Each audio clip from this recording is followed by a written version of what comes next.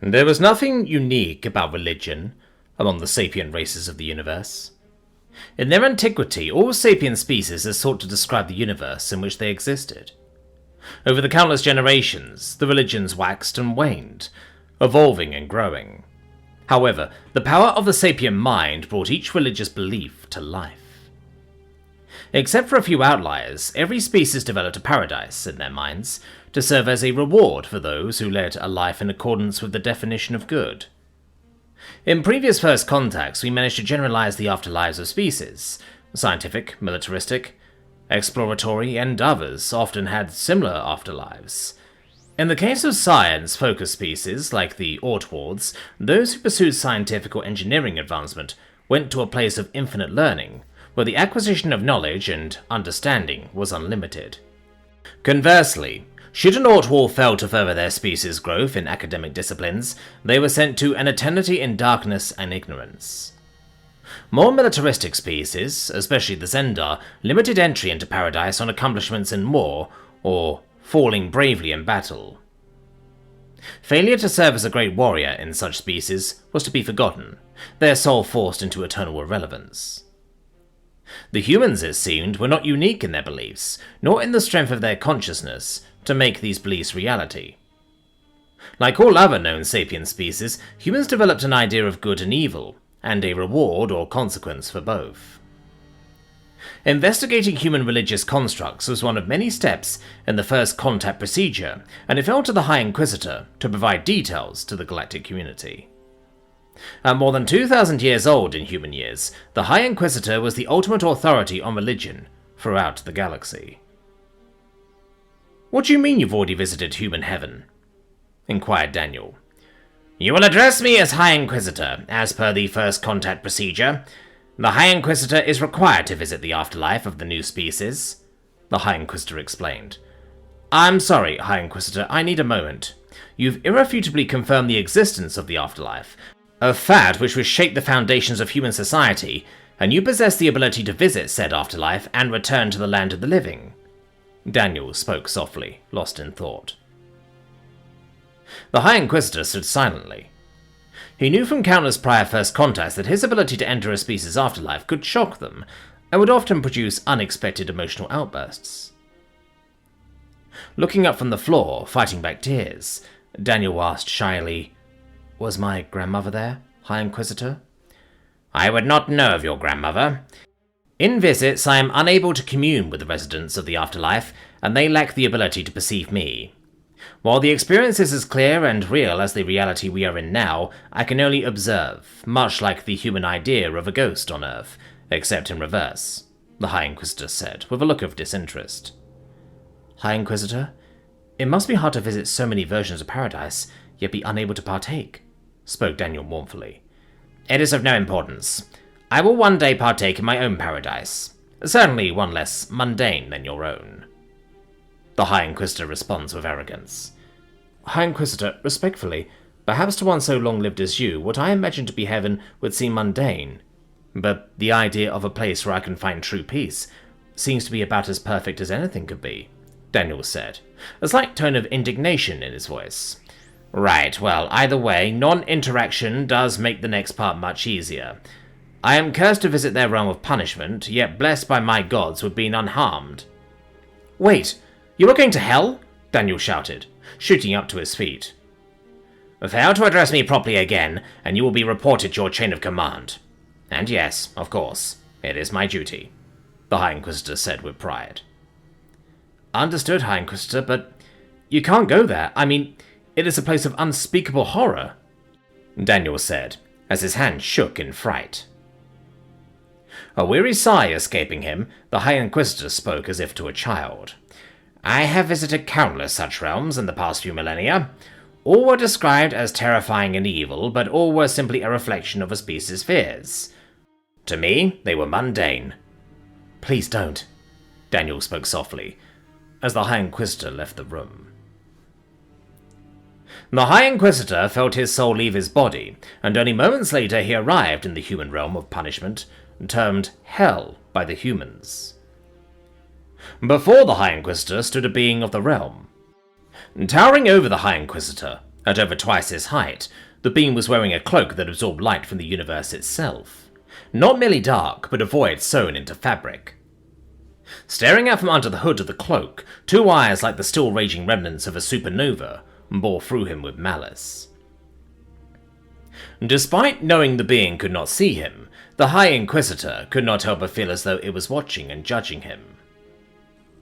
The High Inquisitor had visited countless punishment realms, and had long stopped fearing what he encountered. Still, something here felt different, and a trickle of terror crept up his spine.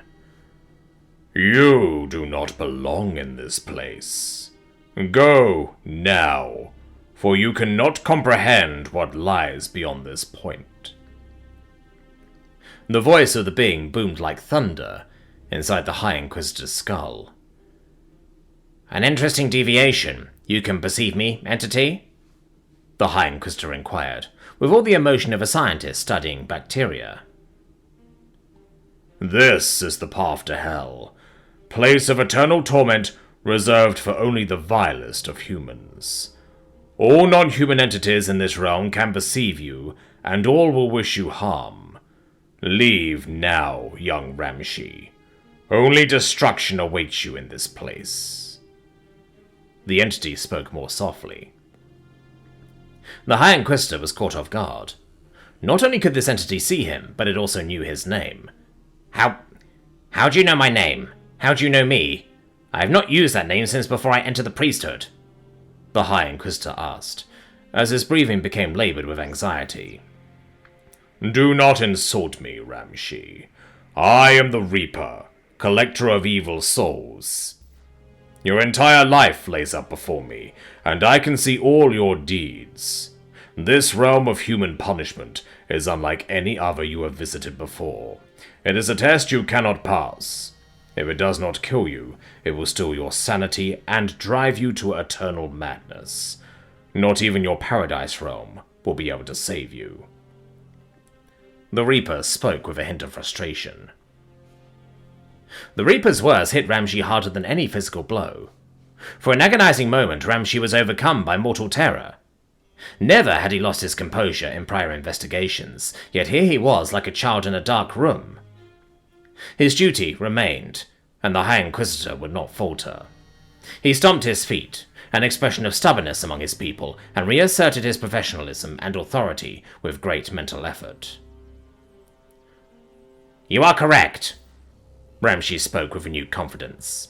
I am Ramshi, and I am the High Inquisitor. My purpose is observation. I hear your warning, but reject your authority. I will fulfill my duty in this place. Speak now. How can you observe me?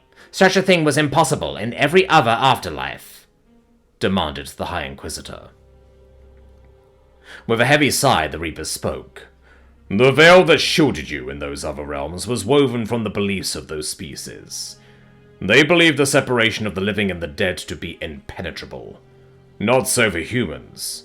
Humans have never believed they could enter the lands of the dead, through any means but death, but they always believed the beings of heaven and hell could see and judge the living. I see. But if humans believe one cannot enter the lands of the dead without dying, then how am I here? Those beings of your beliefs have brought you to this place and beseeched me to give you warning. You were allowed to traverse heaven unmolested as a kindness, but there is no kindness here. If you continue down this path and attempt to enter the realm of human punishment, there will be no more warnings and no protection.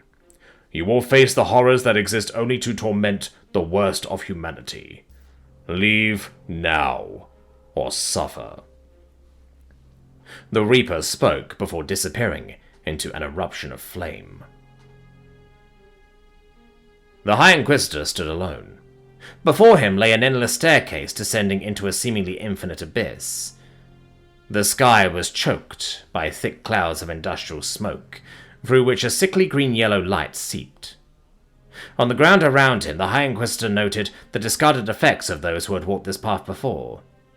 Military armor and weapons from eons past, riches of gold and rare gems, and countless other artifacts from the land of the living, betrayed the multitudes who descended this staircase of despair.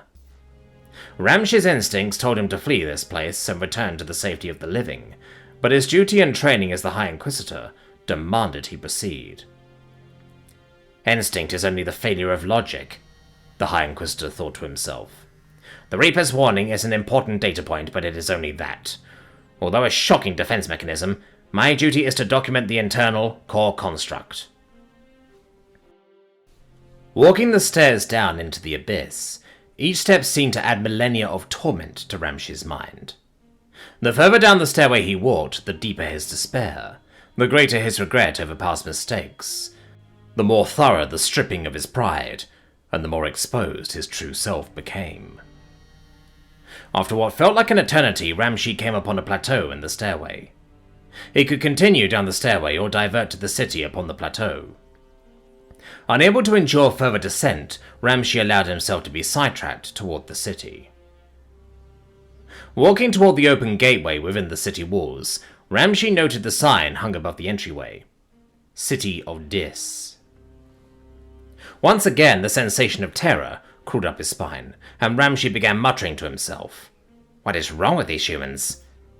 Their paradise realm was at the best mundane, but this realm of torment is unlike anything I have ever witnessed. How could any species have such self-loathing as to create such an abominable afterlife? From afar, the city of Dis appeared to be a sprawling metropolis, made up of decaying buildings from every era in human history.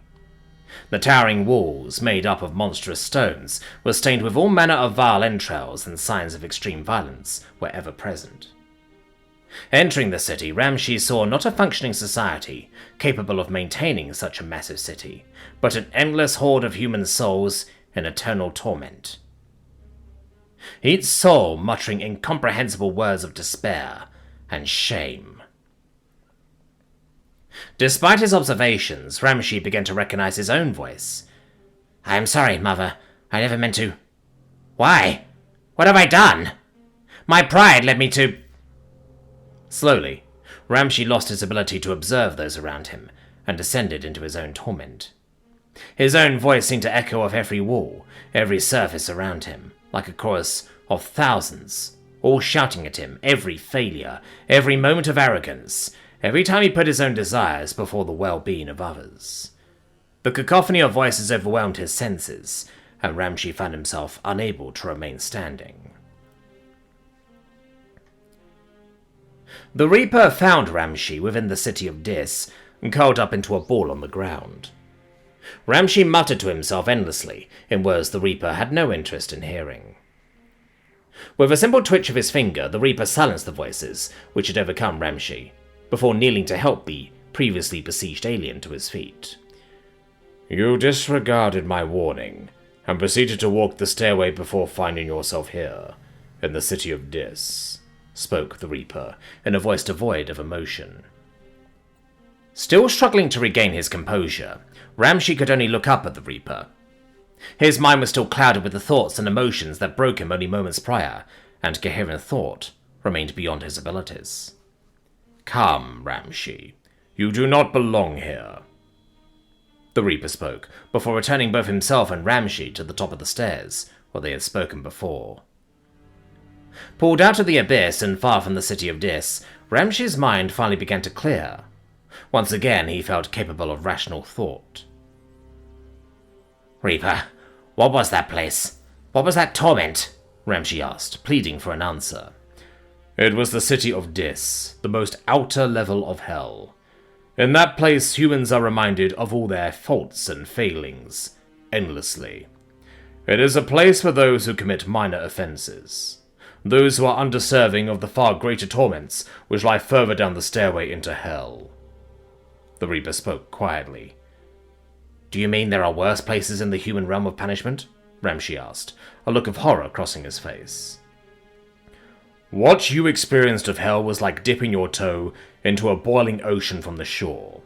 Most humans who enter this place are thrown into the middle, to burn and drown for eternity. The Reaper spoke, looking off into the distance. Ramshi looked down in humiliation. He realized the city of Dis was far from the central construct of hell he had sought to witness. While his duty demanded he find and document the entirety of the human punishment realm, Ramshi knew it was a task which could never be fulfilled. Why? Why has humanity created such a place? Ramshi screamed, his mind still deeply damaged by the experience. Humanity is not like the other species of the galactic community. They do not prize one pursuit like warfare or science. They are a species that pursues perfection in everything and always falls short. The human mind is a place of endless self-doubt and self-loathing. Every failure and fault played in a repeating cycle, interrupting their rational thoughts and subverting their every endeavor. Even in their greatest triumph, humans see their failure because they always expect more of themselves. Many humans give up by submitting to their evil because the weight of trying for perfection and failing is too much. The Reaper spoke without pride. His shoulders slumped and even the glowing eyes of malice dimmed for a moment. But if every human views themselves this way, as never succeeding because perfection is impossible, how do any ever arrive in their heaven? Humans seek to be kind and good for every moment of their lives. This, of course, is impossible. Most, those who find heaven, believe they can only atone for these failures when forgiven by the Holy One of their heaven. Humans are so self-loathing, they believe they deserve hell and can only enter heaven when allowed by a being greater than them. Ramshi's metaphorical heart broke at the thought of a species so deeply good and loving that they always found themselves unworthy of paradise and deserving of a place like the city of Dis, or worse. But you saved me. Why? Ramshi asked, as his legs shook in terror at the thought of returning. The being of your afterlife intervened on your behalf. You do not belong in this place. Know this, Ramshi. If you or any like you ever return to this realm, you will not be spared. This is your final warning. Go now, and warn those like you to never return here. The Reaper spoke with unquestionable authority and conviction before disappearing into flame as he had before. The High Inquisitor returned his soul to his body with a desperate, tearing gasp. His body was drenched in cold sweat as he leaped towards the wastebasket to vomit. Between convulsions, the High Inquisitor wept in deep sorrow, both at the memories of his time in the city of Dis and at the raging storm he now knew brewed in the mind of every human. The sounds of distress from the High Inquisitor brought Daniel racing into the sterile mission chamber. Quickly, Daniel dropped to his knees and sought to render aid to the High Inquisitor, doing his utmost to give aid. High Inquisitor, sir, you've returned. Are you okay? Daniel screamed, as he sought to inspect Ramshi for injuries. Daniel! Oh, thank the gods, Daniel! The High Inquisitor exclaimed through tears. Daniel, I am deeply sorry for how arrogant and rude I was to you before. You only sought to protect me. You did nothing wrong, young one. Please, know that. High Inquisitor, sir, my apologies for failing to recognize your rank properly, sir. Daniel spoke, still trying to determine if the High Inquisitor was injured. No, Daniel, my friend. Hear me. I was wrong to treat you as I did. And please, call me Ramshi. It is my true name, and I would be honored if you would use it. Ramshi said sorrowfully, before embracing Daniel into a deep embrace. Slowly breaking the embrace, Ramshi spoke. Daniel, will you please help me prepare the report for the galactic community? We must hurry. There is so much we need to report as quickly as possible. Never had the High Inquisitor allowed Daniel to help with anything more complex than emptying the trash. Daniel sat back in shock. Yes, of course, Ramshi. How can I help? Daniel asked, stuttering through his confusion. Please, prepare the shuttle to bring us to the galactic community spaceport. We must deliver this report before the entire assembly in person. I will get myself cleaned up. Thank you for your help, my friend. Preparing the shuttle, Daniel wondered to himself what the High Inquisitor had experienced. He cursed himself. He should have tried harder to dissuade the High Inquisitor from traveling to hell. Daniel knew he was supposed to assist and protect the High Inquisitor, and here he allowed his protectee to go to hell. Not that he had never sunnily told the High Inquisitor to go to hell. Daniel stopped for a moment, seeking to regain his composure. Covering his face with his hands, he tried to block out the incessant voices in his mind. Daniel tried to silence the voice, telling him of his failure.